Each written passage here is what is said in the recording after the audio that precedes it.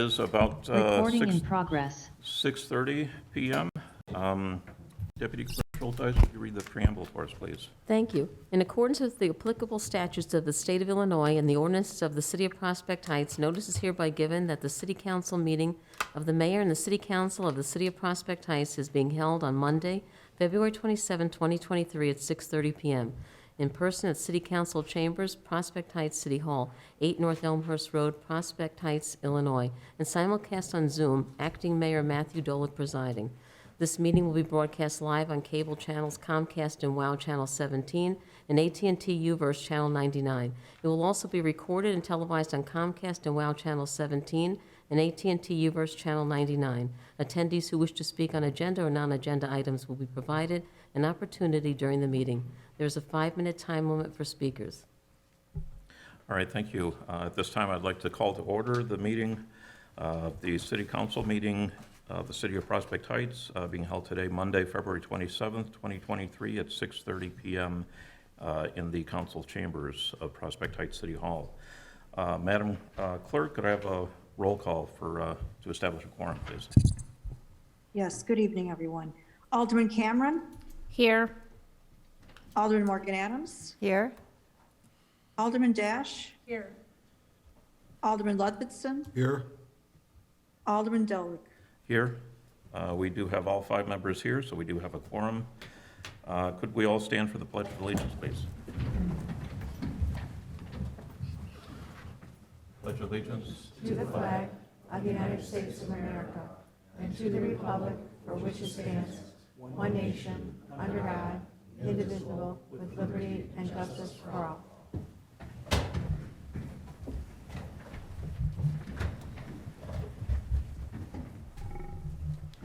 All right, thank you, everyone. The first order of business is the approval of minutes. Could I have a motion to approve the February 13th, 2022, that should be 2023, I believe, City Council regular meeting minutes?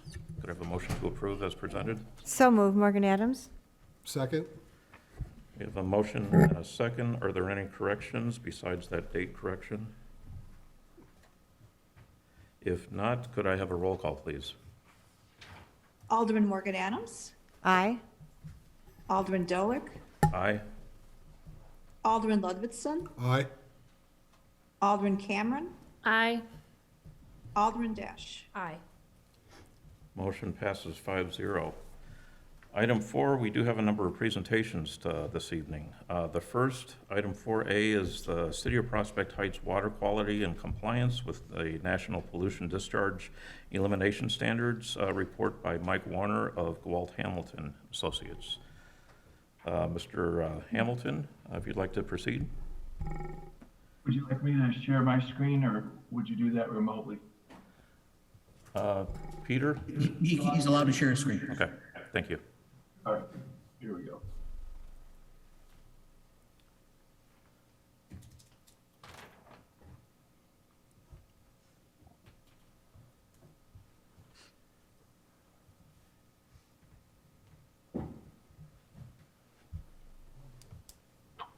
Good evening. I'm Mike Warner. I'm a principal engineer with Gawalt Hamilton Associates. Can everybody see that presentation? Yes. Yes. Great. It's appropriate night to talk about stormwater. We've seen a lot of that over the last 24 hours. Tonight, specifically, we're talking about the municipal separate storm sewer system. Broadly, this is a federal program, and it's based in the Clean Water Act from the 1970s. The goal of the act is to reduce pollution in our waterways. The Illinois EPA issues permits to municipalities like Prospect Heights in order to establish pollution prevention measures. The City of Prospect Heights takes on this responsibility, as well as all the surface water issues, in a proactive and efficient manner. The IEPA permit outlines 6 minimum pollution control measures. One is public education and outreach, which this presentation fulfills a part of that requirement. The city staff performs 4 of the measures internally, including the 2 items shown on this slide. both illicit discharge detection and good housekeeping and pollution prevention within the municipal operations. Excuse me. Our company assists with documentation, compiling data, and preparing the annual report that's required by the IEPA. GHA also provides geographic information services for the city. GIS is a spatial database that includes the city storm sewer system, and it makes it efficient for city staff to field locate pipes, check flow rates, and identify potential blockages in the system. The database is also used to catalog and analyze surface water infrastructure, which can help with prioritizing system upgrade needs. Oops, sorry. The IEP permit is valid for 5 years. As of today, IEPA has stated that the new permit is set to come out sometime in March, so next month, which would start a new 5-year cycle. When it's released, communities across Illinois will have 180 days to make any program adjustments that are necessary to meet the new permit requirements. GHA's role we will be developing a new stormwater management plan for the city to review prior to submittal to the EPA within that 180-day period. Joel Hamilton attends the Des Plaines Watershed Work Group, and we represent 8 local governments in that group, including Prospect Heights. These work groups have plans that describe their activities and their own websites that are accessible to the public. Their main function is to implement a water quality monitoring program and provide public education and participation. Those work groups also support workshops on road salting methods and new technology in that area. So that concludes my presentation for tonight, and I'd be happy to answer any questions that the council has. Thank you, Mr. Warner. Does anyone have any questions at this time? All right, if there are none, again, thank you, Mr. Warner. We appreciate your presentation. Thank you for being with us this evening. Thank you for having me. The next presentation of Prospect Heights School District 23 referendum, information by Superintendent Donald Angelicio. Please step up, sir. Thank you.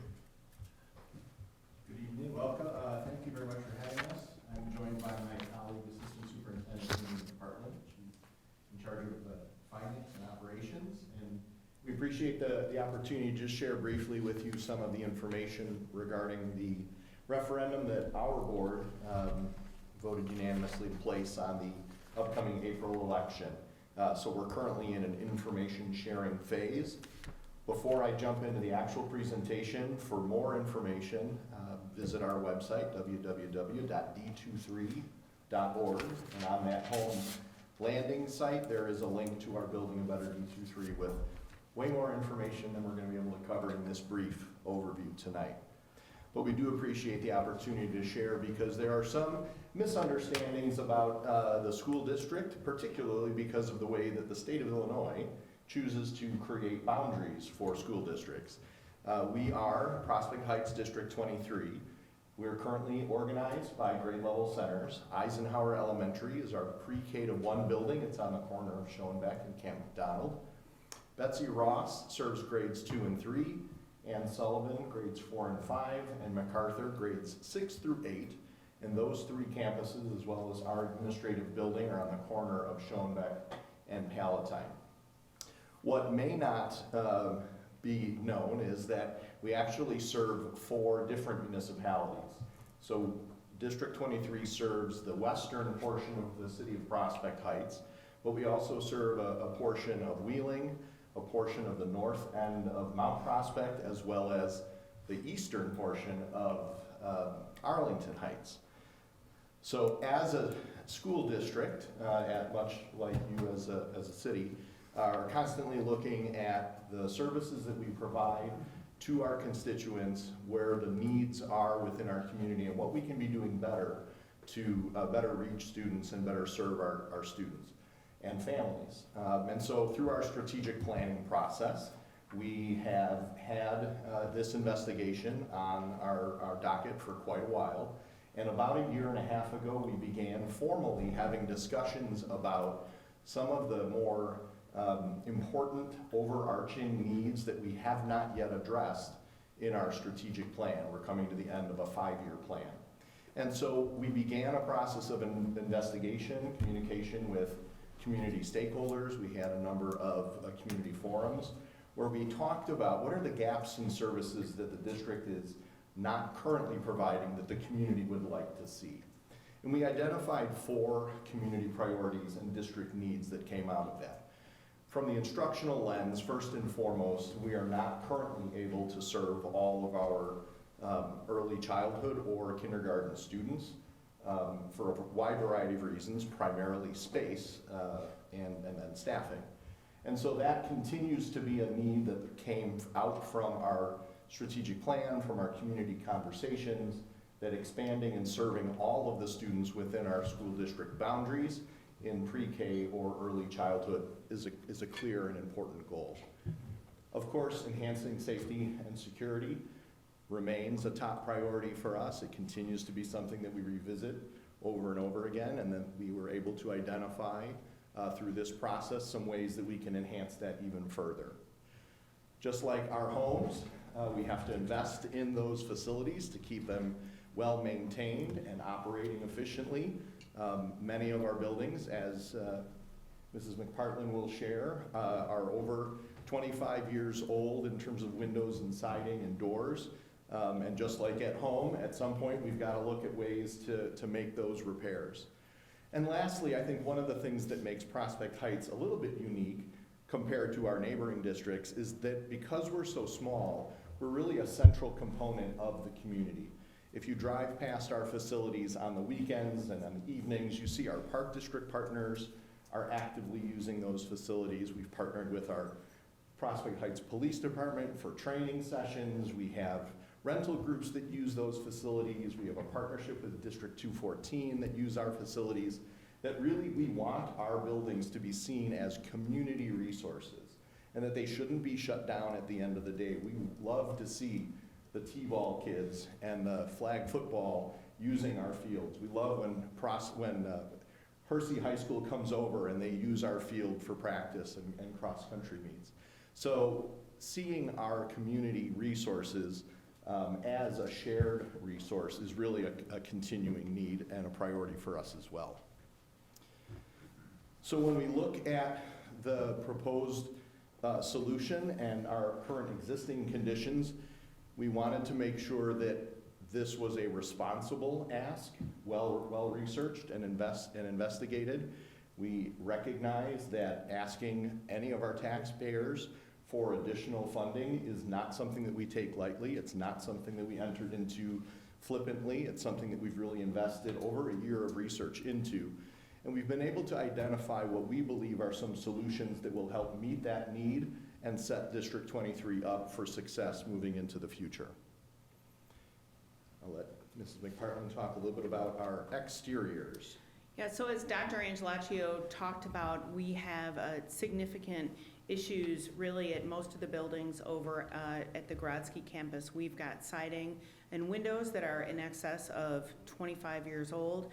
We've got a number of, we kind of laugh and kind of don't, that we've got birds living in the siding. We've got windows with significant seal issues, and they're in need of some significant replacements. We can't verify, but we think we're a stop on the way for the birds to go to Capistrano. And if you've ever walked along the outside of the buildings in that brown wooden siding, there are often holes, and we have to clean them out, and then they build another hole, but that has certainly been one of the challenges with having aged siding, windows, and doors.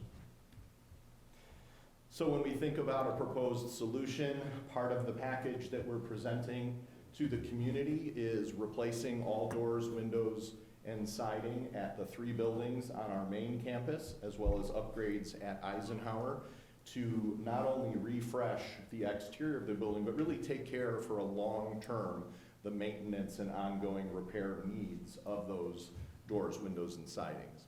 That also gives us an opportunity to provide some additional safety enhancements and to ensure that we have more energy efficiency. So while it on the surface may be, oh, it's just doors, but it really does serve long-term economic benefits in terms of energy efficiency. It does serve safety and security as well. And then, of course, it does improve the functionality of the building.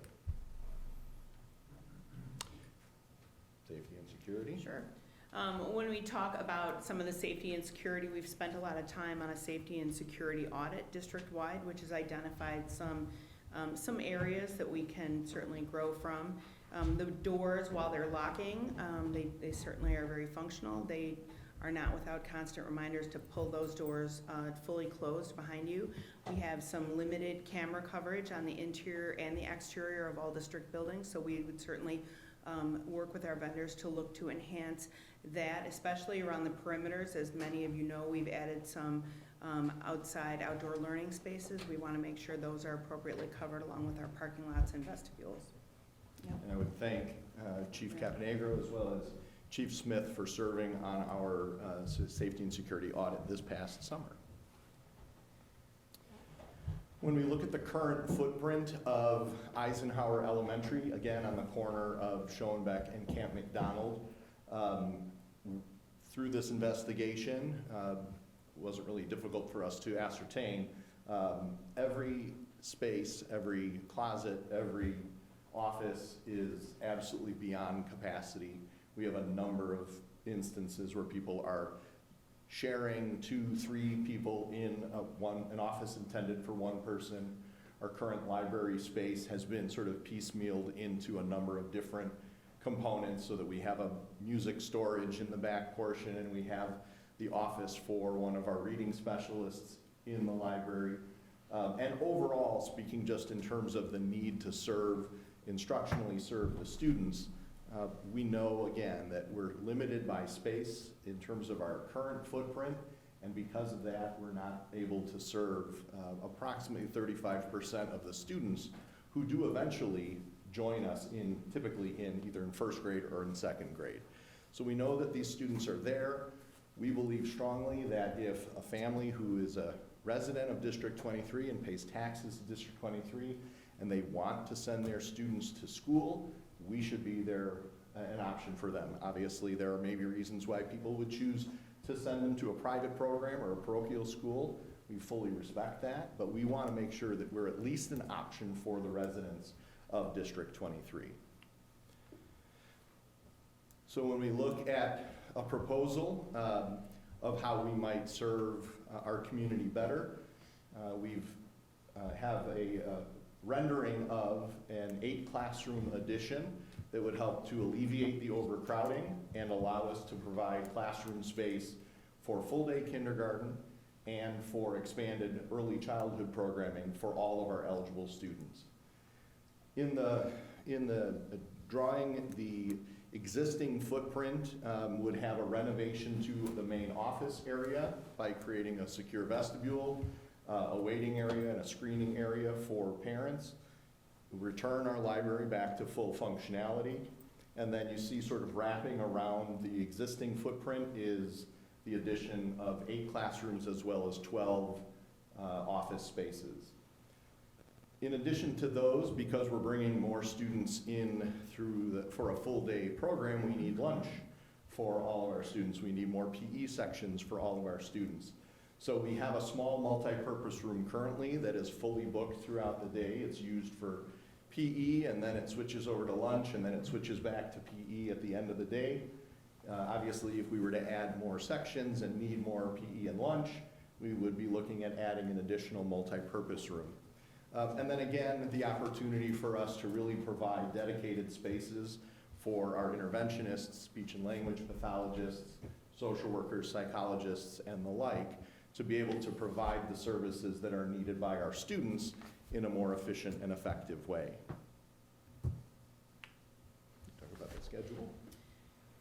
So moving forward, we, as Dr. Angelaccio mentioned, the board took action to place a referendum on the ballot, the April 4th, 2023 election. So pending that successful passage, we would look to work with our partners to begin formalized design planning with our, like I said, our construction and our architects.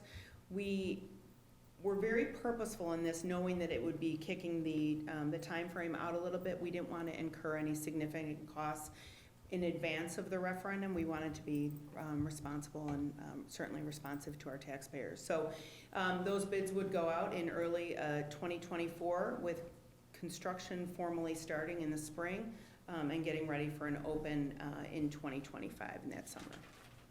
The other component that's included in this graphic is another enhancement to safety and security. Currently, we have one parking lot that is used for morning and afternoon drop-off and pickup. We'd be looking at adding a second larger parking lot so that we could split bus and staff parking and traffic in one lot and have a dedicated parking lot and loop for parents. One of the challenges we have with pickup and drop-off is we want to make sure that we're doing that in a safe and efficient way as well. And so this drawing just sort of explains that a little bit further. So District 23 is a little bit, we're a little bit challenged. We currently have the lowest level of fund balances among all of the District 214 feeders. We maintain a fund balance right around 30%. Maintenance of the fund balance certainly allows us to accomplish the goals that we need to do on an annual basis. We're able to meet our obligations. However, it is a little bit challenging when we see the significant revenue delays like we saw this year from the county. It does stretch us a little bit thin. And so that gets a little bit more challenging for us to navigate. When you see larger fund balances, that does allow for the programmatic enhancements that you'd like to do. And when those fund balances are a little bit lower, we are in a position where we potentially need to cut programs or deficit spend. And I think it's been a long time philosophy of the district to ask of our taxpayers really only the funds that we need to operate the programming that we have.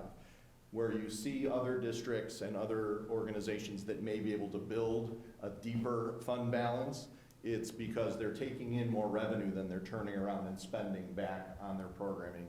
And for us, we're able to maintain a pretty flat fund balance because when we ask our taxpayers for their contribution, we know that we want to turn that right around and put it back into instruction and programming for our students. We're not socking that money away. And so when you come to items that cost a substantial dollar amount, really the only opportunity we have for that is via referendum.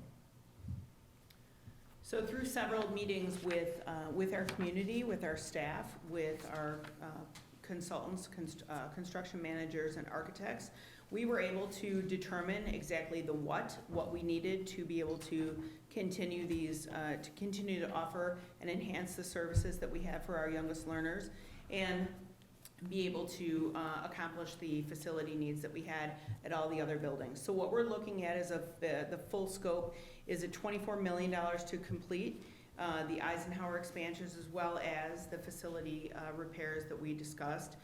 And our approach would be $20 million in debt certificates, and obviously that requires taxpayer approval, as well as $4 million of the district's own DSEB. So that would be 2 issuances of working cash bonds to fund those facility improvements. Of course, if we build it and we have students enroll, we need to operate those facilities. So the second portion of our referendum ask is for a $1.2 million annual rate increase that would allow us then to provide staff, the consumables, utility costs, and ongoing maintenance for this newer addition with approximately 140 or so students. We'll be looking at adding about 13 new faculty as well. So also, as you know, Prospect Heights in our area, we are 90% residential, which is certainly a challenge for us. It's a lower rate of assessment on the fair market value. So we're working with our financial consultants, we've developed one referendum question for the two purposes of the facility improvements, as well as to staff the operational. We can't afford to do one and not the other, so we're looking at a 48-cent increase to the limiting rate. The estimated tax impact, about $41, so that would be $456 for the owner of a $350,000 home. That does include the homeowner's exemption. It does not include any other exemptions. And because we know that the cost impact is probably one of the most significant questions that people will want to investigate, on our website at d23.org, we do have a tax calculator that all of our homeowners may put the current amount of taxes paid in, and it would generate for you a very specific estimate for what that tax impact would be. Again, our purpose as a district has been to be very transparent and open and honest about the needs, about our solution, and about why we need to rely on our taxpayers to fund this. And we want to make sure that our constituents are fully informed to the best of our ability. So over the past few months, maybe 6 months or so, residents have already received a number of mailers. They received a survey that asked for feedback and input. As you might imagine, that survey came back pretty split. We had a good portion of the community say, not a good time, taxes are already high, it's really difficult, especially those on a fixed income. We fully understand and respect that. The other side of the coin, we heard from the other half of the community that said, we need these programs, we need these services. We're going to be in a position of being the last elementary district to offer full-day kindergarten, and then there's the potential for resale value of homes to be compromised. So we had really two very disparate opinions about this. We respect both positions, and we understand that the will of the taxpayers are what we will abide by, of course, and so we just wanted to make sure that everyone was as informed about that as possible. And so just one last reminder about voting. April 4th is the election day, and early voting begins March the 20th. And we would refer folks to the Cook County Clerk's office for more information about elections. Thank you very much for your time. We appreciate that greatly. I All have right, a couple questions. Thank you. I was just going to open it up to questions. Sorry. Go ahead. So, enlighten me to be more, to tell us specifically what you offer currently for kindergarten and how that's going to change. Because I know that my granddaughter goes to kindergarten Des Plaines, and my daughter told me it's full-time kindergarten, but then I found out there's before care, there's kindergarten, there's aftercare, and so I want to understand what this Sure. full-time kindergarten really is. Sure. So currently, we offer two programs. For special education students, for at-risk students, we do offer some full-day opportunities. We have two sections of full-day kindergarten. And those students arrive at the same time as all other students, 8:30, and they leave at 2:30, and they have a full day of instructional programming. It gives them the ability to have all of their instruction in our core content areas, as well as exposure to art and to PE and to music. The other students currently who are part of our half-day program, they have a 2.5-hour instructional day. So they'll come in at 8:30 and leave at 11. Is that right? 11. And within that day, they still cover the same content standards as the students in the full day, but in an extremely compressed way. So those students have less opportunity for PE, art, music. They obviously don't stay for lunch or recess or those types of things. So by transitioning to a full day program, you go from 2.5 hours of instructional time to a full 5-hour instructional day plus lunch and recess. And there still could be before and after care. And before and after care are other programs that we currently offer in the district. We partner with Prospect Heights Park District currently for our before and after care at Eisenhower School. That would be something that we would be transitioning back into the district should we have the space to be able to provide before or after school care. And do you bus the children to and from the before and after care? Currently, they do get bused to the Marava Center. They wouldn't need to leave if we were able to build a little bit more space on that campus. And what do you provide for the pre-K, the preschool right Right. now? Great And what are program. you going to offer, and how is Right. that going to change? Absolutely, good the question. rough running? So we partner with an organization called ECDEC. They write a grant from the state of Illinois, and they provide one section of a full-day program that's currently actually housed at Ann Sullivan, because we ran out of space at Eisenhower. So we've got one class of pre-K over with the 4th and 5th graders. The other programs are half-day programs, and we only offer those to students who are identified as special education, which we're required to provide at age 3. And then to at-risk students that are deemed at risk through this grant program. Those students also participate in a 2.5-hour day, but those are the only students that qualify and are able to be served through the district.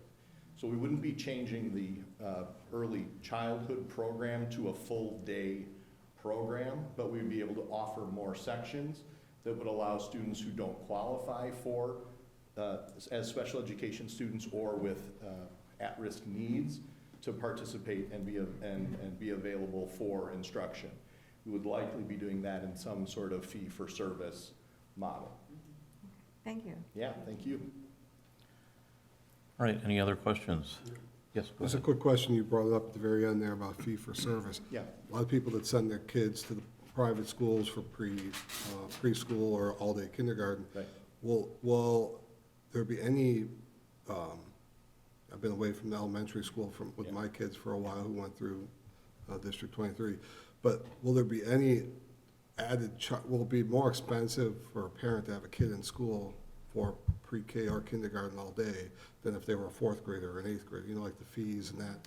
Is that gonna be the same as what 25 or 26 would be? So the full-day kindergarten program would be at no cost to families. That's, we would still have our same student fees that we charge for all of the elementary students, but kindergarten would be a full-day program at no additional cost.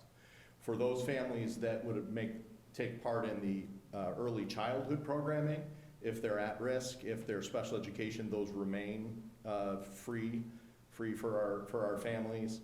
The full day would require an additional fee, like many of our neighboring districts do, and we have not yet investigated the specifics on that, but I would imagine that we would do that in a very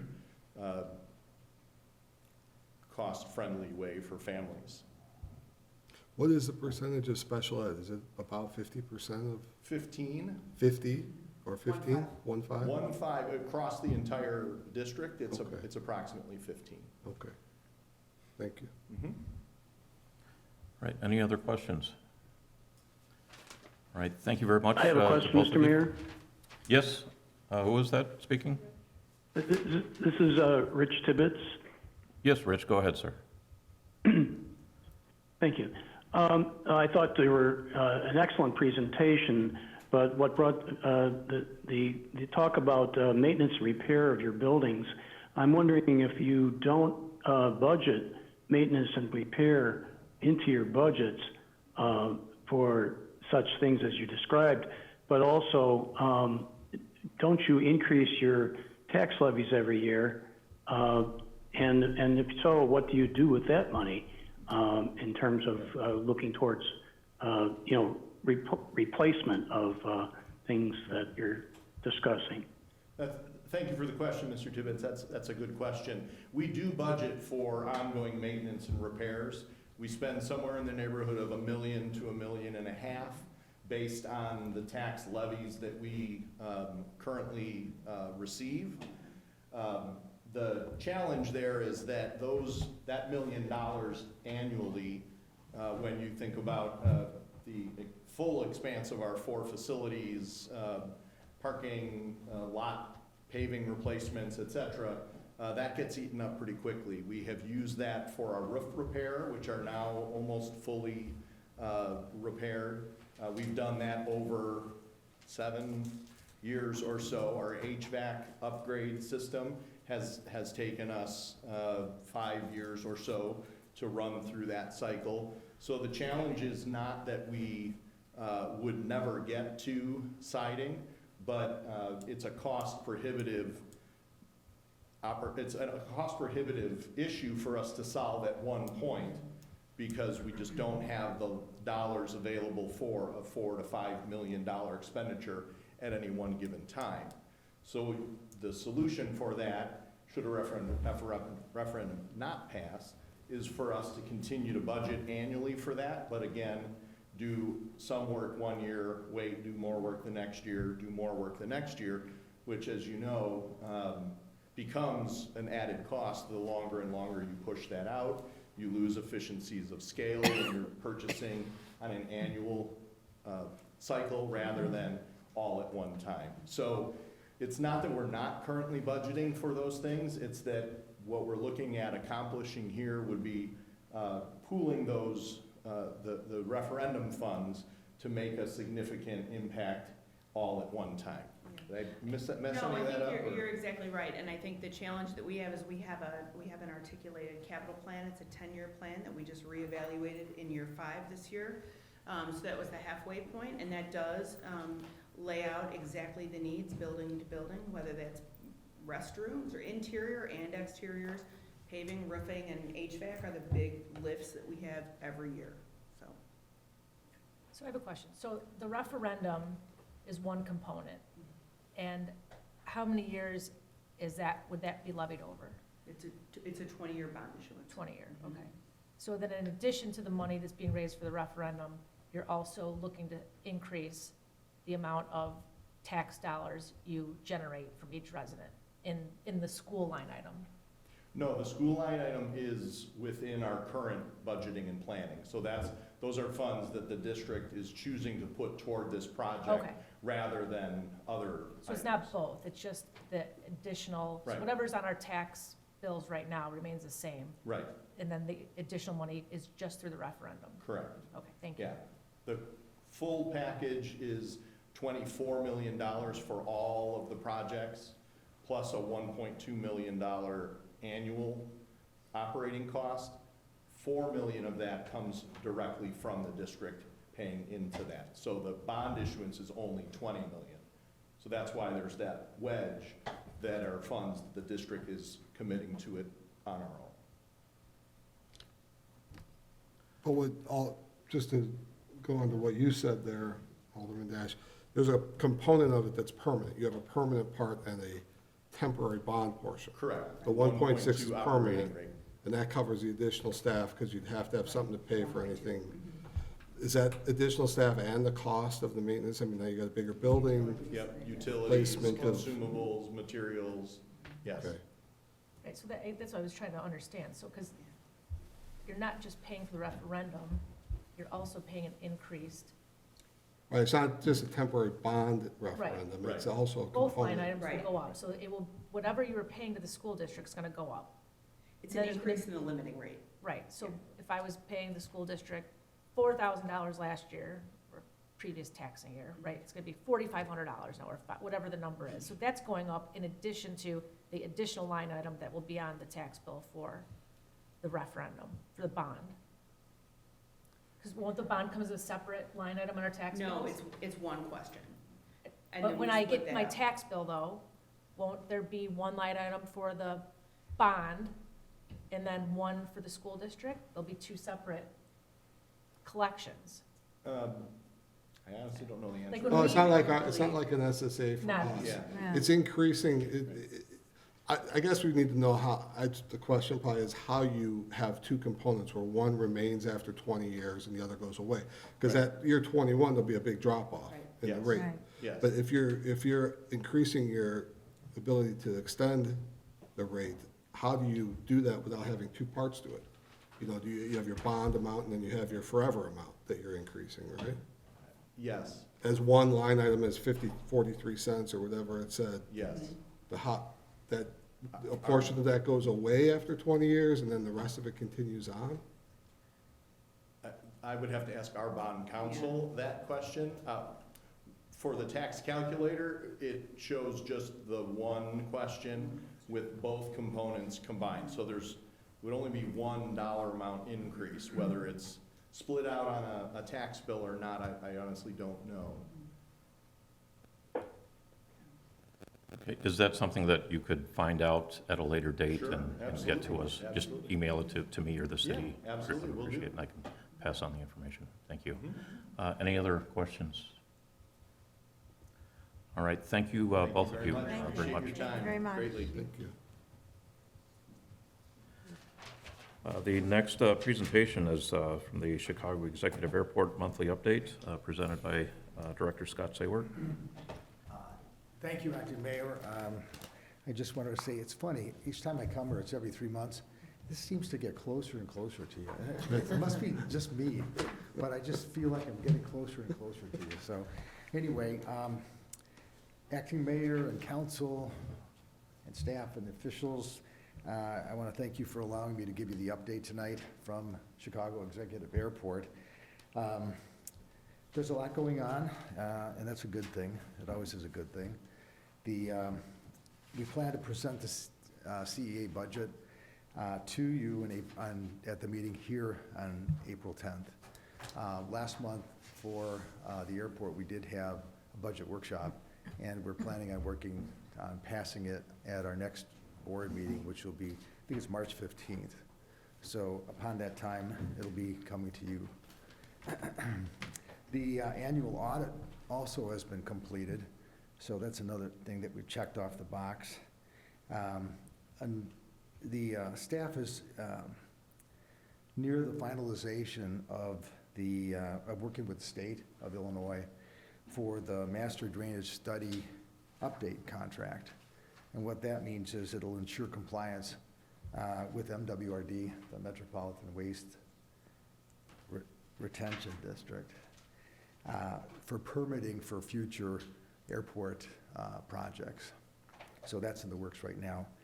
And then our operations, have been on the upclimb for quite a few years since COVID, but they've certainly leveled off with just a very slight amount of decrease, but we're still well above what the 2019 pre-COVID levels were.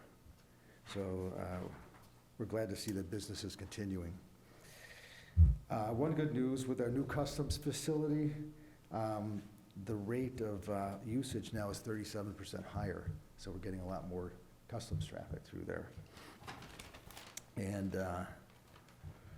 the other thing we're working on from a residential standpoint is the noise contour maps, so that's in process right now. We're updating them. So, and that applies to the residential sound improvement program. So what we'll be doing is, once we have that information,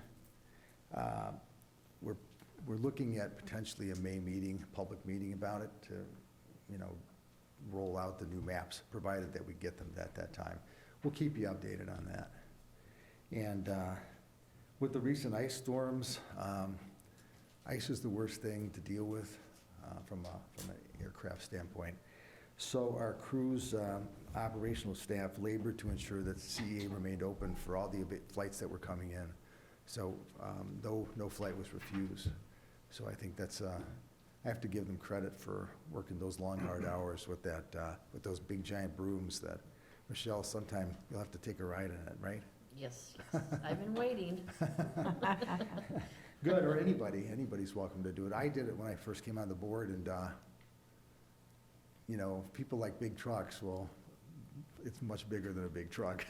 So anyway, that's the report for tonight, and I'll entertain any questions if you have any. Anybody have any questions? No? I did have one question. There was some change, or I don't know if it's been determined, the date of the Rock and Run the Runway. Has that date been determined? That's a good question. The Village of Wheeling had notified us that because of staffing and also from what we heard of trying to obtain fireworks for the July 1st date, they weren't able to do that.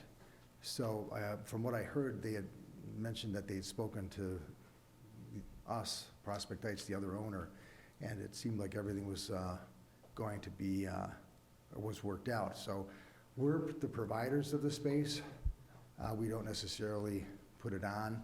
So whatever's decided, naturally, the airport will do it's all best to make sure it takes place. Okay.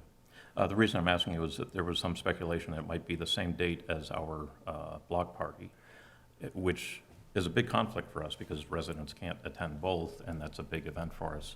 So I guess I'm just asking that we have good communication between the two cities, the Village of Wheeling, Prospect Heights, and the airport, to make sure that we're all involved in these decisions. I wasn't aware of the initial changes. I don't know if anyone else in the city was made aware, but it just kind of felt like we were in the dark initially. So I'm just asking for better communication with that in the absolutely. process. And I think the understanding was, from what we heard, was that had been communicated, but it was not, I can see. It was not I did not communicated receive that, from so. Wheeling to you. Okay, thank you. So, the date I think they proposed was the 24th, but then it does overlap with our block party. So, I just encourage to, not only work with Jeff, but then also with the management over at Wheeling to, work this out, because I'm sure there's a way to, but it has yet to be done. Okay, because it is a great event for the community. So, And we enjoy putting it on. And We'll check the records. I did not receive a call. I don't know if any staff members did. That's beside the point. Our concern is, it's also, as the mayor said, our people can enjoy both events. Absolutely. And right. and in a practical sense, I'm not sure if we're going to be able to offer the staff support, traffic, public works, and so forth. So we'll work that out. We'll talk to the Park District, but it's a little bit of a pickle. Right, and whatever support we can give you, we will do it. And our hopes is that it can work out, whether it be whatever date it is, right? Whatever date it is. So if there's any follow-up that you want me to convey to our staff, just let me know tonight. We'll see what we can do with the Park District. Okay. Like in regards to moving our date, is what you're saying? Right. But at least- The challenges is, like the runway at this time of year, there's food trucks, there's bands, there's stage, there's all kinds of things that, so it's not like an easy turnaround, but we'll work with the Park District to see if we can accommodate the Rock and Run, the runway event. So maybe the idea is in the future, maybe the CEA Yeah. can take the bull by the horns and make sure that we are contacted, that we all agree on the date. I mean, we need to resolve this for the future as well as for the present. And please to stress to call, to Yeah. call the administrator. Right, and from what my understanding is, the board doesn't really get necessarily. I know they don't normally Right. get involved, but But yeah. to your point, I think that, from my understanding was, we heard about a month ago. So Well, it was Yeah, something. that needs was, to change as well. Yeah. Right, Yeah. exactly. I'm not sure what happened on the Wheeling end. I'm sure they have certainly their good reasons for it, but at this point in time, I Sure. really can't describe it to you because it's yet to be understood. Okay, I think we're all just looking for the communication throughout the process, rather than just saying, okay, here's the date. Absolutely. So and as I said, we didn't even know about this until just Yeah, recently. we're kind of like, maybe just a step ahead of you, but not really Okay. that much ahead of it. I checked the websites of places that do add, there's a lot of places that will link dates to your event. And a lot of them are still showing July 1st. There were places still showing July 1st. So at some point, July 1st was confirmed as the date, Yes. and then everything was planned with the Park District, and then this just happened, at least we knew about it just a couple days ago, right? This week Right. or last week? Is that when this came up? We saw the website, the CEA website. Yeah, so. Okay. But I think you understand our point. Absolutely. So, And I'll make sure I convey it to, our director. But I know I spoke with him before I came, and it was pretty clear to me that it was somewhat of a surprise to us as well. Because as Alderman Ludwigson said, It has been on the website for some time, and I think our understanding was it had already been worked through. So I make sure that that message is brought back, that it's not. And like I said, we're open for any date, because we want to, support it in any way. It's held on the property, so whatever best works out, well, we're there to be sure to support it. Okay. And I'll mention to Jeff that what we talked about tonight. Okay. Very good, thank you. Any other questions? Yeah, I have a question. Yeah. For Rec One Way. I know I think it was when Jeff was here, we discussed maybe CEA contributing to the Rec One runway. I know that that was a question last year that you had, that, if the airport would contribute, to some of the costs. To some of the cost. That's a very good question. It actually stems on the FAA's rules on what we can do. You're talking about financial contributing, Michelle? So that's something I know that the FAA is very strict on the way that funds can be transferred from the airport to the municipalities. But that's a good question for Jeff to answer, and I'll make sure he knows that tomorrow. It wouldn't require a transfer. It would just be a matter of, I think from our last discussion of payment for the bands and so forth. So it'd be a way to extricate the city from the costs. They bear the externalities, so. Okay. Yeah, again, that one I can't answer because it's more specific to the executive director. Yeah. But I will certainly bring it up, and if there's ways that we can do things like that, I think, we run our own, we run it like a business, so all of our revenue is precious, but we certainly want to support, the owners of the airport in any way we can. Exactly. Yeah, so if you can get back to us on that, I'd greatly appreciate Well, it. I guess my question is, if we're, we weren't consulted in the event this year, I'm assuming Wheeling did that under the premise that we weren't participating financially, right? I mean, like, at this point, we're not participating financially, I'm assuming. So Well- asking them to pay doesn't, because I'm assuming at this point, no contribution from Prospect Heights. Well, There are two areas of costs. One is the out-of-pocket costs for the bands, fireworks, Right. things like that. That, going back to the joint meeting, is my recollection that the city had advised that we were looking for the airport to pay that cost. right. There are supportive costs, which are also expensive, but we understand the city would bear that. That's the overtime cost for police, public works. But my understanding from the meeting last September or so, and I thought Wheeling was kind of in agreement with that, they were looking for the airport to bear that. With I think it's the understanding of the airport has many great things, but as far as the externalities, the noise, things like that, it's kind of a way to pay back both Wheeling and Prospect Heights by having the fireworks and entertainment and so forth. That was my understanding. So specifically then, you're looking for us to pay a part of the cost or a whole portion of the cost? Or? I don't mean to speak for the council, but I think the discussion from September was to pay for the out-of-pocket costs. Right. Our share is probably about $25,000 to $30,000. Wheeling's the same, so it'd be a $50,000 to $60,000 expense. And it's gone up annually. I Yeah. know when I first started, it was something like 11,000, something like that, and it kept going up. I think more recently it was about $31,000, something like that. And and I know I keep bringing this up, but as a non-home rule city, that's a lot of money for us. Yeah. And we no longer get revenue from the airport the way we used to at one point. And so it makes it a challenge for us. And as Joe said, it's on top of our police and public works, all of the overtime and Right. manpower on that, so. Yeah, well, we also weren't part of that situation when I think it was the state or maybe both the FAA and the state just stopped the revenue flow. They said you can't do it.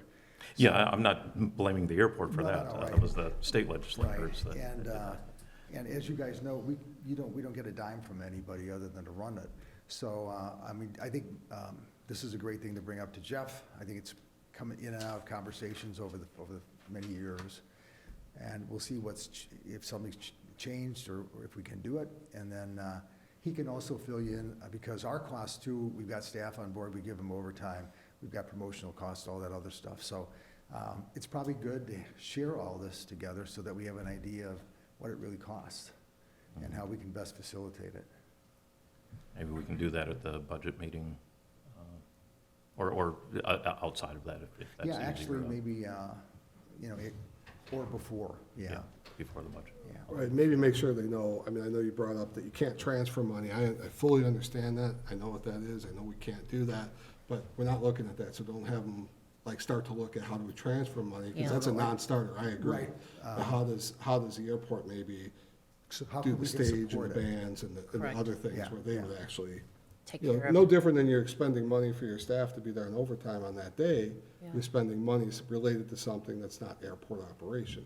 So there's, I would guess that's allowed because you're doing it now. So that's all we're asking, Yeah, is to yeah. see that extended. Yeah, I definitely want Jeff to circle back to you and have a conversation about it, because it affects, just like we're talking about the change of date, this would affect Wheeling as well on the financial. It's really an extension of what I think the airport does a great job at, is public relations. And this is public relations to the two communities. Right. Well, Correct. we look at you as our owners, Yeah. because you are.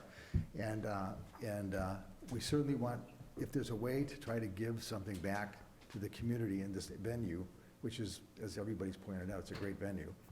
I could speak confidently from a board standpoint that we would do it. Okay, but again, I'm not speaking from the rule standpoint, I'm speaking from, like the heart and the mind of the board.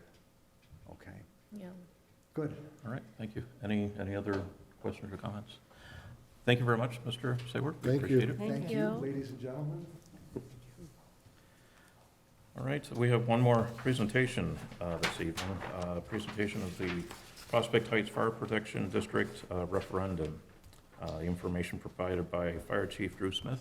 Mr. Smith, welcome. Thank you, members of the council, for a moment of your time. My goal is to be the briefest presentation of the evening. Shortly after I became the fire chief almost 7 years ago, one of my strategic goals was to create a comprehensive plan on the backs of Chief Gould's earlier work to guide the fire district through the next 5 years and beyond.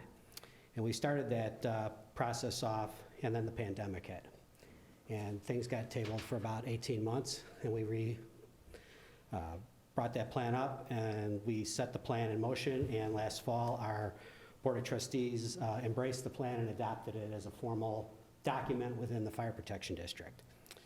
A portion of the plan involves capital expenditures, and we knew from the planning process that we can't make these expenditures out of our budget for a number of reasons.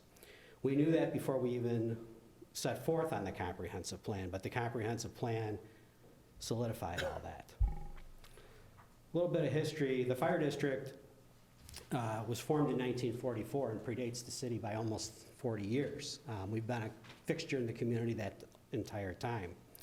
And in that time, the fire district has transitioned from a volunteer organization to a fully paid organization. And in the middle of that, we had some part-time people and then a majority of part-time people, but for the last few years, we've been a all full-time organization with a very small number of part-time employees. Part-time people cost a lot of money. There's no way of getting around it. I don't know if you're familiar with the current labor market, but I'm sure Chief Caponigo can tell you that there's not a long line for people wanting to become firefighters, and especially police officers, and the salaries are going up and up and up. And we've kept pace, but we have not been able to fund our capital replacement plan since 2009 due to the pandemic. For the Fire Protection District, over the last 20 years, the property tax extension limitation law, or the tax cap, has handcuffed us with a less than 2% on average increase in the levy each year. And by law, the fire district has only two substantial sources of income: property taxes, which make up about 90% of our revenue, and ambulance billing revenue from transports, which is the other 10%. Less than 1% of our budget comes from things such as our cell tower lease, and fees and services beyond ambulance transportation. 85% of our budget goes into personnel, leaves very little money to do much of anything else. So we plan to ask the taxpayers of the Fire Protection District, which is overwhelmingly the city of Prospect Heights, to approve $10 million in capital bonds this April. Our consultant has calculated that that will cost the owner of a $300,000 home about $135 a year in additional taxes. That represents roughly a 15% increase in what the fire district currently collects. In the next few days, you should receive at your home a copy of our latest newsletter with a copy of the ballot, all the facts and figures on how all this works. On March 16th at 7 p.m., we'll host an open house at the fire station to answer questions and present our case and let the public see what we're trying to do. And what we're trying to do is update our fire station and our fire apparatus to current standards. We have an aerial ladder that was purchased by a bond 30 years ago, and it's well past the end of its life. And we spend about $30,000 a year on annual maintenance, keeping that thing alive.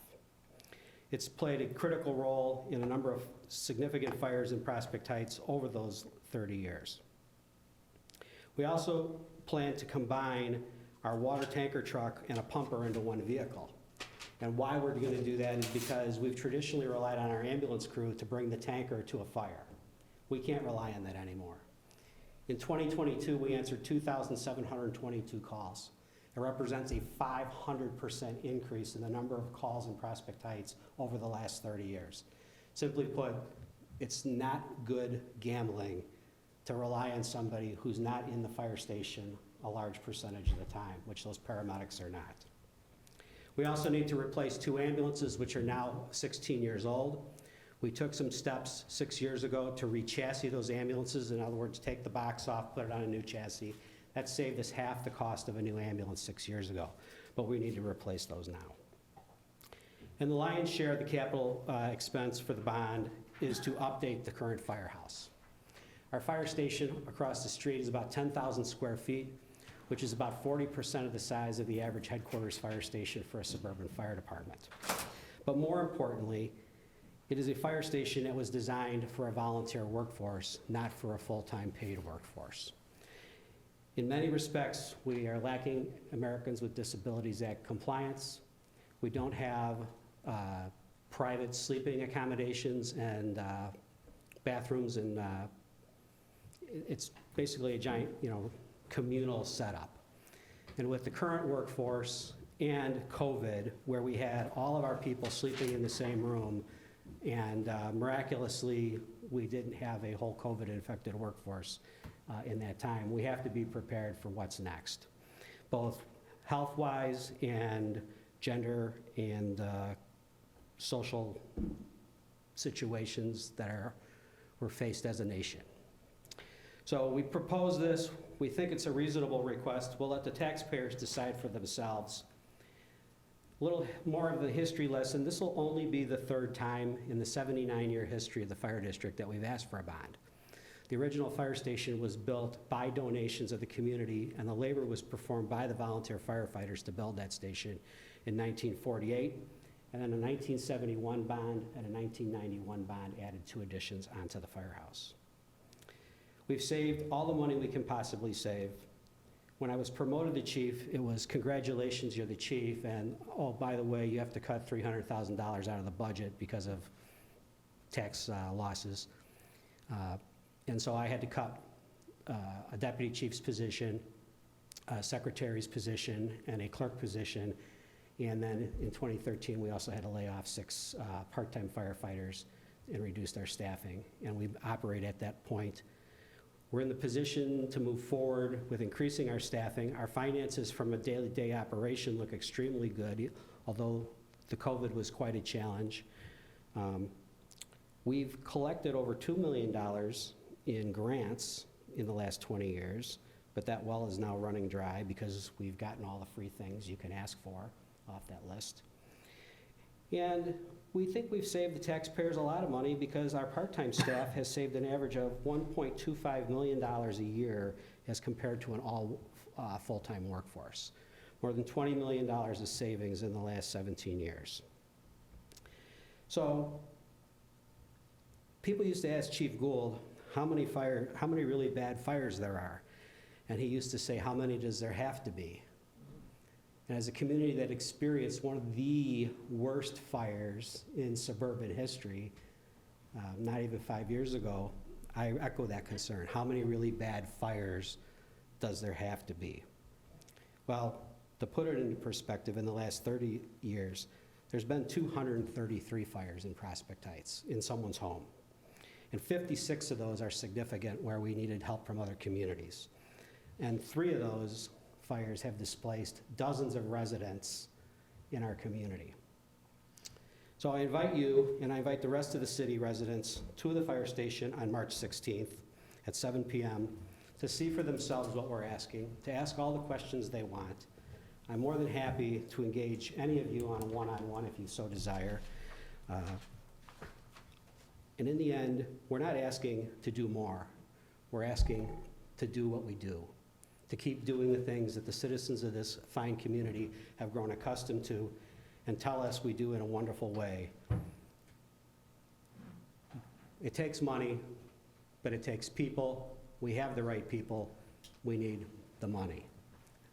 And that's all I have to say. Thank you for your time. Thank you, Chief.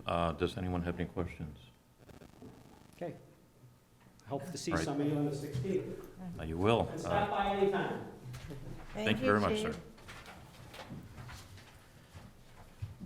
All right, that concludes our presentations. There are no appointments or confirmations this evening. That brings us to item 6, public comment on agenda matters. Madam Clerk, has anyone registered, or does anyone wish to speak?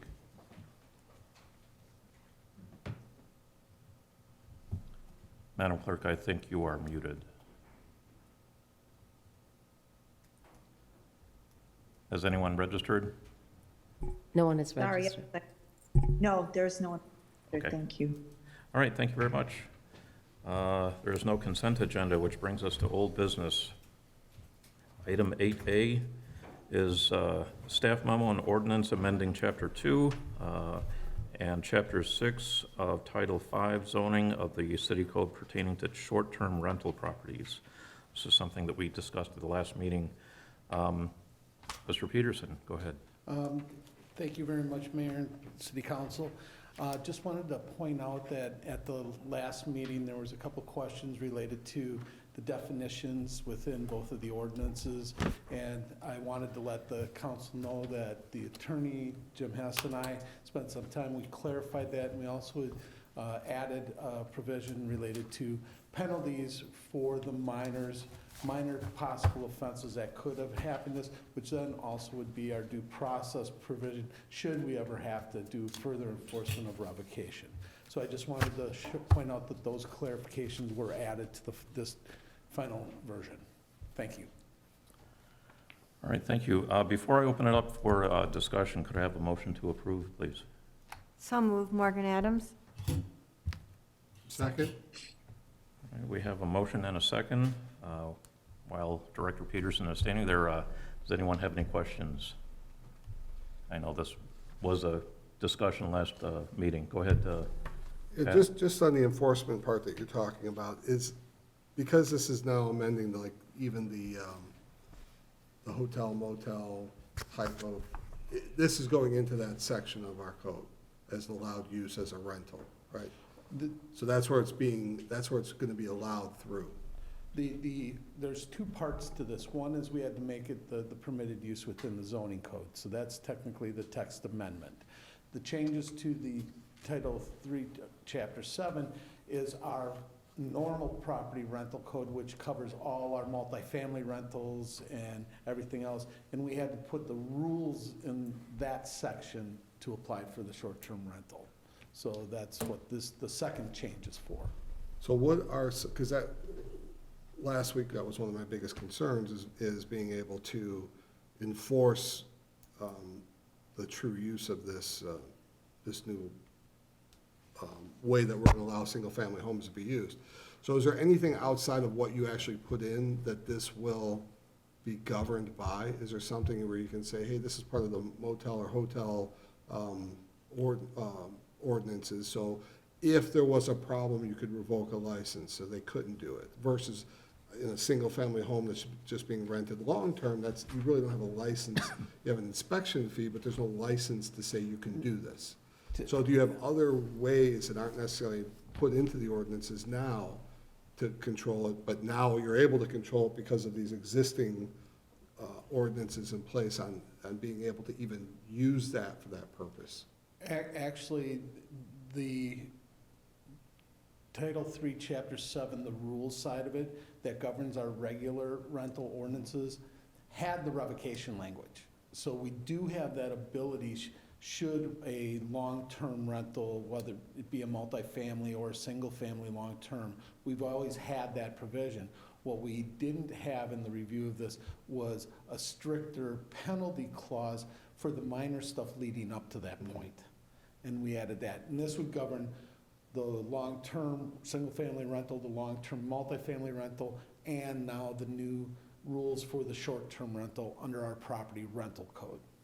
Because I'm just worried that every long-term, single-family use property owner now is gonna run to this, oh, I'm just gonna rent it for 2 weeks at a time, and kind of go on their own without going through all of the provisions you said they'd have to do with going through an established rental agency and. If that is found, that's why we added the penalty clauses.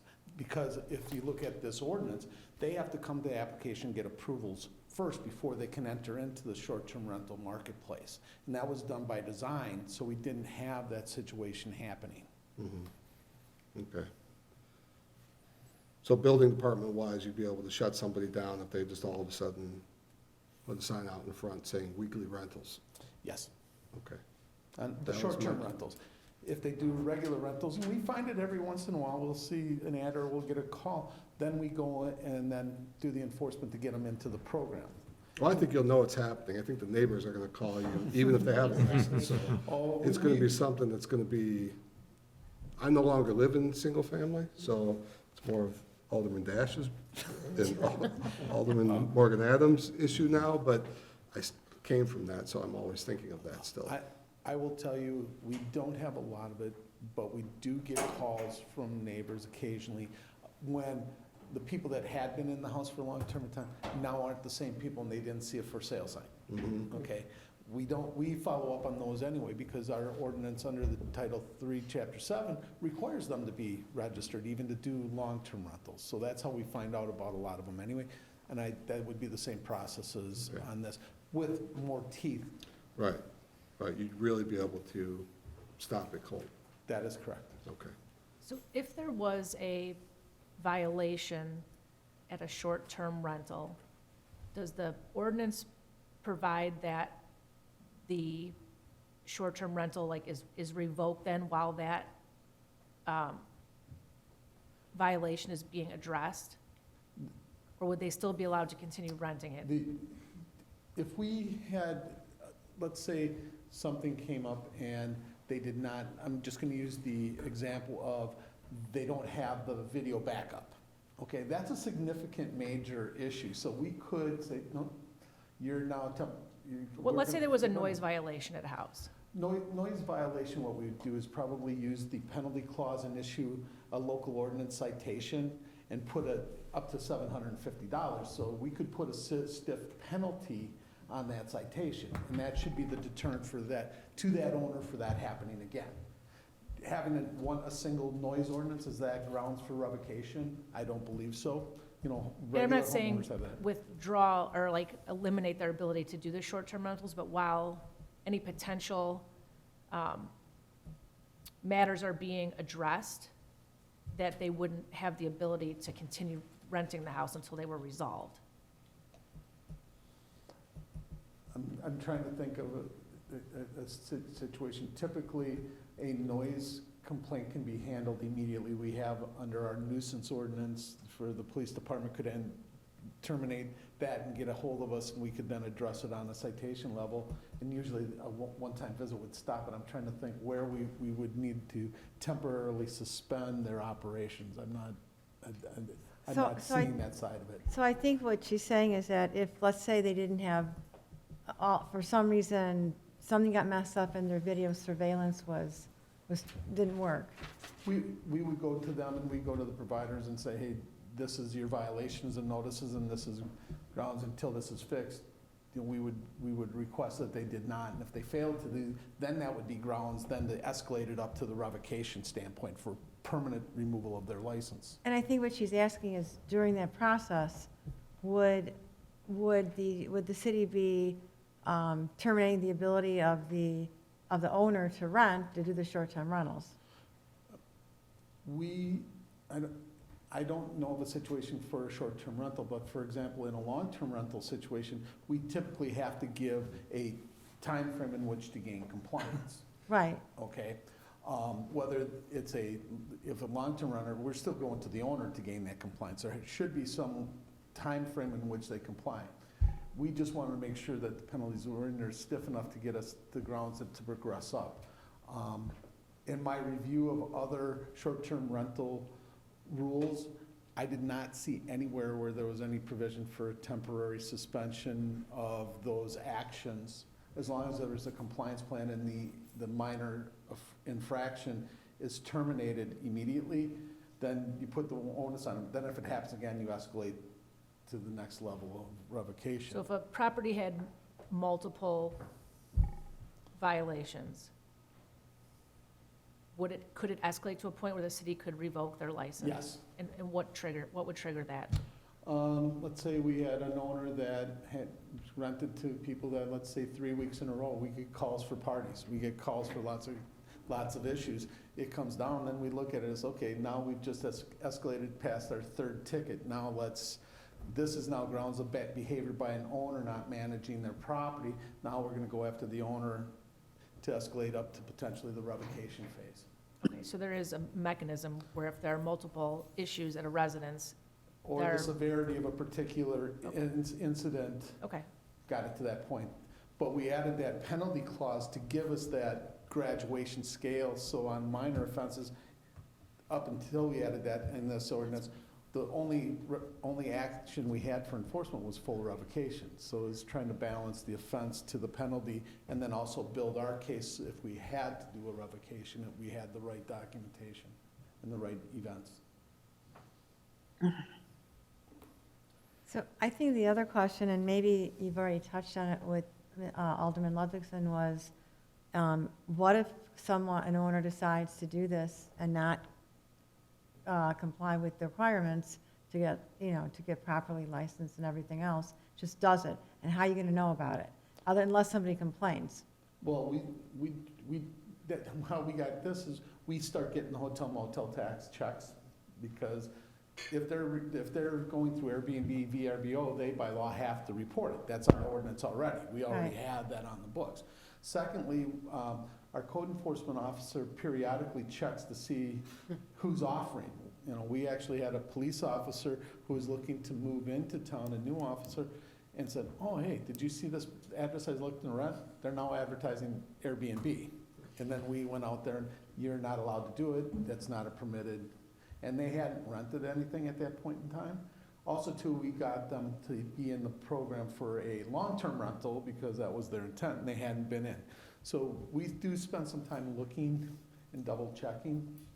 Okay, and we only have one owner doing it now? Correct. But your threshold to put I don't know if that's the right term, to put a red tag on the front door would be a lot lower for that than it would be. I mean, you can do it to a residential house if there's some part of the code they're not meeting and say it's not fit for you to inhabit. You can't go in here. So I would guess that is it safe to say your threshold for going to that extreme would be a quicker trigger than if it was a long-term rental. You know, you look at long-term as almost like quasi ownership if you're living there for a year or 2 years versus somebody who's there for a week or 2 weeks, and that owner is having problems and getting citations. You know, is it going to be easier for you to say, that's it, nobody's going in here, you don't have a license to operate or rent it, and you're not moving in, therefore you can't use it? If it got to that point, it would be high on our priority list to correct the issues, okay? And that's the way this is designed. I don't believe, in even our single-family rental owners, we have very few that are problems, okay? We have a couple that habitually, and then we send their notices, they do either comply or don't, and we send our tickets, and they do comply or don't, okay? And then we end up bringing them to the adjudication hearing process, and if they deny there, then we're in circuit court, you know? So we do have the enforcement processes, and it's something that we don't believe is gonna be a problem, but it is high on our priority. You know, I've gone and spent a lot of time with my staff on it. As this goes in, this is critical that we have to pay attention to it. Right, but I think if I was in fourth or third ward, I'd look at these houses that don't cut the grass, and they live there. I mean, some of the worst cases of places that get complaints are owner occupied, they're not rentals. So when you have the case where somebody's not cutting the grass, all we can do is potentially put a lien on the property or cut the grass and charge them, but it usually goes way out there. You're talking about maybe you'll get 1 or 2 cuts in a year because we're on them. It wouldn't be I'm hoping you're saying it'd be easier to maintain. It would be a lot easier because one of the biggest issues with this, in our opinion, is that they're not gonna get the renters if their places are, because I'm not gonna spend that kind of money, and you heard Mr. Colomb last week saying, to get the money that I've envisioned that they're gonna get and he's getting for you, you're not gonna get that if you're not maintaining your property. And there's an expectation from the marketplace. So we would, some of the things that I've read since our last meeting is that there are provisions for municipalities to reach out to those if we know we're having a problem, if municipalities have it. And this happens a lot of times in the larger, more resort-type environments where there's multiple owners, and enforcement becomes a larger issue. But I think with the rules we have here, which in our area are the most restrictive and stringent rules that I've seen, I don't believe we're gonna have the issue, and it's gonna be a high priority. Any other questions? Just one more. Yeah, go ahead. Is this like a liquor license where it's irrevocable? It's a little bit like, I was gonna say, it's a little bit, you're asking, what's the standard, and, if there's multiples. First off, you can have, if there's an ongoing misconduct, tag them each and every single day. That adds up. And they will not like the adjudication process at all. And likewise, the idea about revoking the license, just like with the liquor, I mean, I don't think you guys really have that much of an issue in Prospect Heights with liquor license revocations, because, you got a party bar over here that just breaks all the rules all the time, and shootings and all this kind of stuff. But it's a little bit amorphous, it's a little bit, you don't want to have a strict standard that if this and that, then it's automatic. It's more of okay, well, there was serving, 14-year-olds here, then there was a shooting there, then there was noise complaints here. And yet, what you do is you have, at the hearing, you have all of these pieces of evidence brought forward for the license revocation here. And similarly, that's what you would have here. If I got a night where we got people in the police office tell us the next morning, oh yeah, we drove by, there's cars parked on the grass, guess what? Next morning, calls get made. We're gonna be on it, and then that adds up onto that owner's list. So if they start getting tickets, is there an administrative fee that's in with the fees, on top of that fee, or is it all in the? If it goes to adjudication, yeah, then the adjudicator officer can. So it could be the severity of the offense. We could ask up to $750 in each and every day that a violation is not corrected is a separate daily fine of $750. So we've had a couple property owners that have had grass issues that have owed us way more than it would have cost, and have paid us way more than it would have cost to cut their grass. Okay. All right, anyone else? All right, if there is no other question or discussion, could I have a roll call, please? Yes. Alderman Alt Cameron, Aye. Alderman Morgan Adams, Aye. Alderman Dash, Aye. Alderman Ludvixson, Aye. Alderman Dolick. Aye. Motion passes 5-0. Item 8B, on a related note, staff memo and ordinance amending Title III, Health and Sanitation, Chapter 7, Property Rental Code of the City Code pertaining to short-term rental properties. Could I start with a motion to approve? So moved. Second, Morgan Adams? We have a motion and a second. I'll open it up for any discussion. Again, Dan is here to answer any questions if you have any. Are there any questions? There being none, could I have a roll call, please? Alderman Dolick, Aye. Alderman Ludvixson, Aye. Alderman Dash, Aye. Alderman Morgan Adams, Aye. Alderman Cameron. Aye. Motion passes 5-0. Item 9, new business. We do have one item, liquor license request and ordinance increasing the number of C3 liquor licenses from 3 to 4, Monday through Thursday, and Sunday from 8 a.m. to 12 midnight, and Friday and Saturday from 8 a.m. to 1 a.m. for Excellence Cafe located at 1279 North Rand Road. This is a first reading, so no action is taking place, but I will open it up for a discussion if anyone has any questions about this. So I just wanted to ask, and I guess from what I understand, this license is the closest to the hours of the Excellence, correct? Correct, the closest that would apply. That would apply, okay. And I don't recall what their hours are. Does anybody know what their hours? Ms. Vanessa Jimenez Oh, is you're here. here, Oh, she is here. okay. So, 6 to 3. Yeah, why don't you step up to the podium? Thank you. And just state your name and address for the record. My name is Vanessa Jimenez, and the address of my business is 1279 North Rand Road. All right, thank you. So you're open daily 6 to 3? Correct, 7 days a week. Okay, and I saw that you advertise for private events and parties. Correct. Are those after hours? Correct, after we close, yes. Okay. Okay, so in theory, and that's why I guess I was curious how the hours for the liquor license go beyond the hours of their operation. So in theory, they could have a private party there on a Friday or Saturday night at midnight and serve alcohol. No, I guess up till, well, 1 a.m. yeah, 1 a.m., right. I guess they could, They could, according to this. Am I mistaken, Dan? yes. It is beer and wine only, though. I don't think you can get a lot of. Correct. It's Right, beer and wine. right. But Right. as far as the hours for after-hour parties, Dan? This, we don't have a specific after hours. If they have the license, they're entitled to use it per the hours of the ordinance.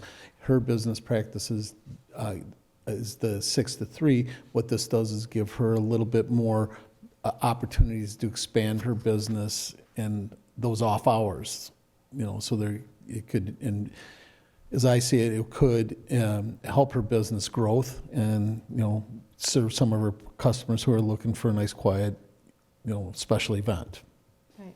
But the hours she could use the hours permanently. She could expand her business if she ever wanted to. Yeah, that's my understanding. Yeah, and so that's what's in front of you.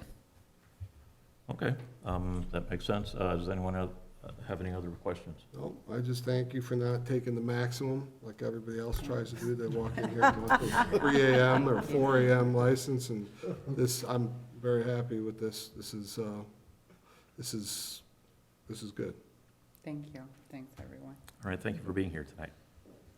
As I said, Just a note too, Mr. Mayor, there are other locations in that mall that are open till 3.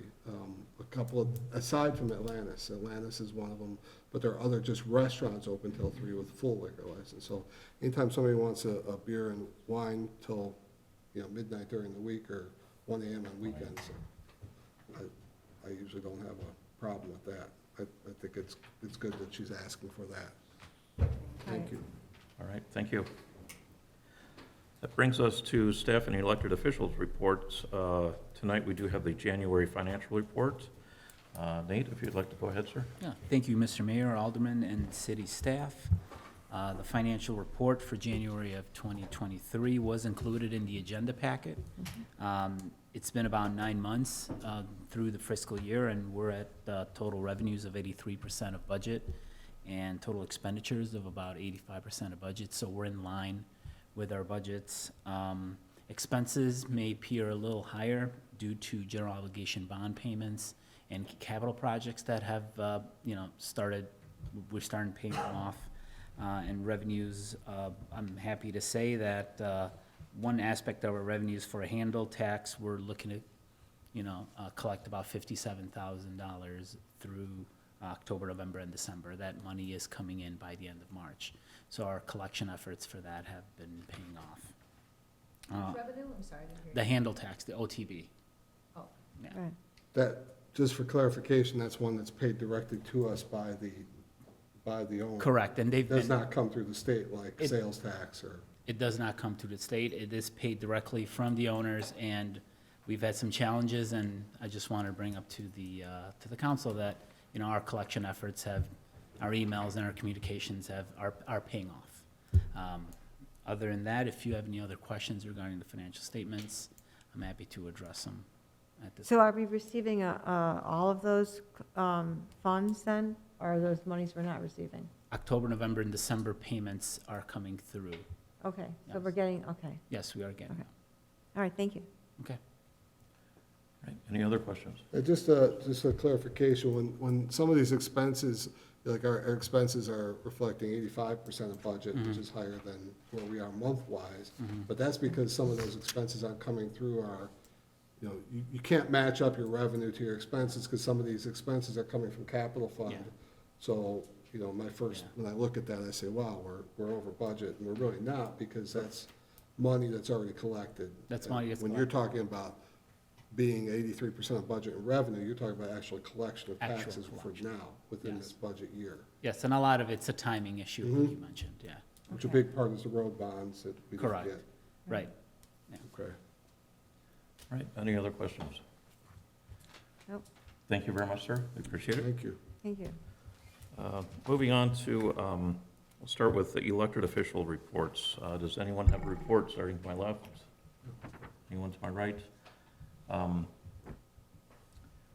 Moving on to staff reports. I know Chief Caponegro, you had something you wanted to share with us this evening. Yes, there's an event that we are partnering with Wheeling Police Department, March 7th, Tuesday, March 7th, from 11 a.m. to 2 p.m.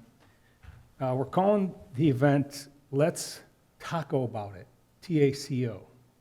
La Rosita's is a Hispanic grocery store and a taqueria. Wheeling Police and Prospect Heights Police, we're going to be there with the table. Shayna, our admin coordinator, and Rosangela, our social worker, will be representing Prospect Heights. Wheeling will have representation. The flyer says no agenda speeches, just a chance to ask questions and let them know about our services. We are there just to say hello. If they have any questions, we're going to answer to the best of our ability and let them know about the services that we can provide and Wheeling can provide. And there will be free tacos while supplies last. So I think it's a great community event. That's Tuesday, March 7th. And La Rosita's is just north of Camp McDonald on the west side of Wolf Road. All right, thank you, sir. Sure. I think those events are great for the community, so I Sure. will stop by there on my lunch hour. Any other staff members who have a report? If we're through with that, that moves us to the approval of warrants. Madam Clerk? Yes, the total for the expenditures was $116,904.55. We had a wire payment on February 10th, 2023 payroll, $168,353.47. So the total warrant amounted to $285,258.02 for council's approval, please. I have a motion to approve as presented. Make that motion. Second? A motion and a second. Are there any questions regarding any legal information on here? No. There being none, could I have a roll call, please? Alderman Dash, Aye. Alderman Cameron, Aye. Alderman Ludwigson, Aye. Alderman Dolick, Aye. Alderman Morgan Adams. Aye. Motion passes 5-0. It brings us to public comment on non-agenda matters. Has anyone registered or does anyone wish to speak? There being none. I don't have it. Okay, there is no one? Okay, that brings us to, there is no executive session this evening. That brings us to adjournment. Do I have a motion to adjourn? I'll make that motion. Second. All those in favor say aye. Aye. Any opposed? We are adjourned. Have a good evening, everyone.